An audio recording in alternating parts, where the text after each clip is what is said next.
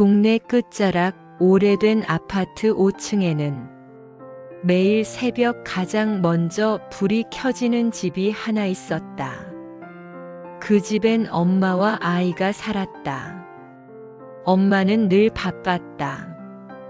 아침엔 김이 모락모락 나는 밥을 급히 차려놓고 아이의 교복주름을 손으로 한 번 더 펴주고 늦겠다는 말보다 조심해를 먼저 건네는 사람이었다. 아이는 그런 엄마가 답답했다. 왜 늘 잔소리만 하는지, 왜 친구 엄마들처럼 웃으면서 안아주지 않는지. 엄마의 사랑은 늘 조용했고 아이 눈엔 투박했다. 엄마는 왜 맨날 나한테만 그래? 어느 날 아이가 버럭 소리쳤을 때 엄마는 대답 대신 국을 다시 데웠다. 그날도 엄마는 말했다. 밥부터 먹어라. 배고프면 말도 험해진다. 아이는 그 말이 싫었다. 마치 마음은 보지 않고 배만 보는 것 같았기 때문이다. 아이가 자라면서 집에 있는 시간은 점점 줄어들었다. 말도 짧아지고 웃음도 줄어들었다. 엄마는 알았다. 아이가 자기 세계를 만들어가고 있다는 걸. 그래서 더 묻지 않았다. 대신 아이가 좋아하던 반찬을 잊지 않았다. 말없이 세탁기에 체육복을 돌렸고 주머니 속 구겨진 메모장들을 펴서 다시 넣어두었다. 어느 날 아이가 늦게 들어온 밤이었다. 현관불은 꺼져 있었지만 부엌 쪽 작은 불빛이 켜져 있었다. 엄마는 식탁에 엎드린 채 잠들어 있었다. 아이 몫의 밥그릇 위엔 랩이 덮여 있었다. 그 순간 아이는 잠깐 멈췄다. 괜히 마음 한구석이 불편해졌다. 하지만 그 감정의 이름을 몰랐다. 아이가 모르는 엄마의 하루는 이랬다. 새벽에 일어나 조용히 집을 나서 남의 집 부엌에서 하루 종일 서서 일하고 손목이 아파도 참고 허리가 쑤셔도 괜찮다고 말하며 퇴근길엔 시장에 들러 아이 좋아하는 과자를 하나 더 집어들었다. 엄마는 늘 계산대 앞에서 잠시 망설였다. 하지만 결국 그 과자를 내려놓지 않았다. 이거 하나쯤은 괜찮겠지. 그게 엄마의 사치였다. 아이가 집을 떠나던 날 엄마는 아무 말도 하지 않았다. 연락 자주 해라. 그 말 한마디가 전부였다.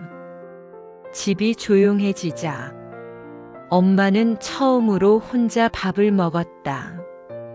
반찬은 여전히 여러 가지였지만 숟가락은 자주 멈췄다. 아이의 방문을 열어보는 것도 한동안은 습관처럼 했다. 정리되지 않은 책상, 벽에 붙은 메모 하나까지도 엄마에겐 여전히 현재였다.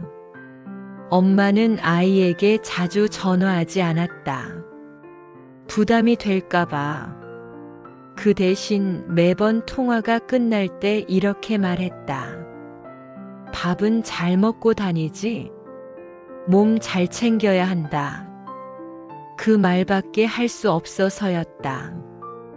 어느 겨울 아이는 일에 치이고 사람에 지쳐있던 어느 날 문득 엄마 생각이 났다.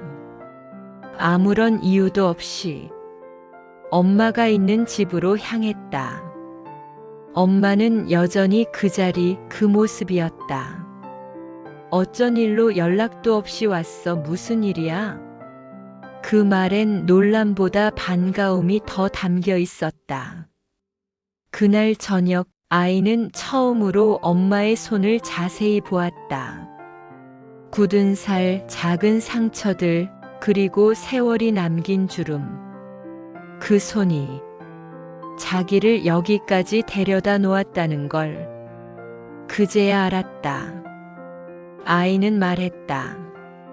엄마, 나 사실 힘들었어. 엄마는 아무 말 없이 아이의 등을 천천히 쓸어내렸다. 그 순간 아이는 깨달았다. 엄마는 해결책을 주는 사람이 아니라 버틸 수 있게 해주는 사람이었다는 걸. 아이에게 엄마는 항상 같은 자리에 있었다. 잘 될 때도 무너질 때도 말하지 않아도 엄마는 늘 거기 있었다.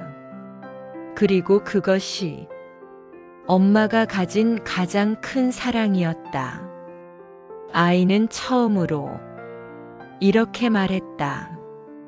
엄마, 그동안 고마웠어. 엄마는 잠시 멈췄다가 이렇게 말했다. 왜 갑자기 그런 말을 해? 하지만 눈을 마주치지 않았다. 엄마는 그 말을 듣기까지 아주 오래 기다렸던 것처럼 조용히 웃었다. 엄마는 대단한 말을 남기지 않았다.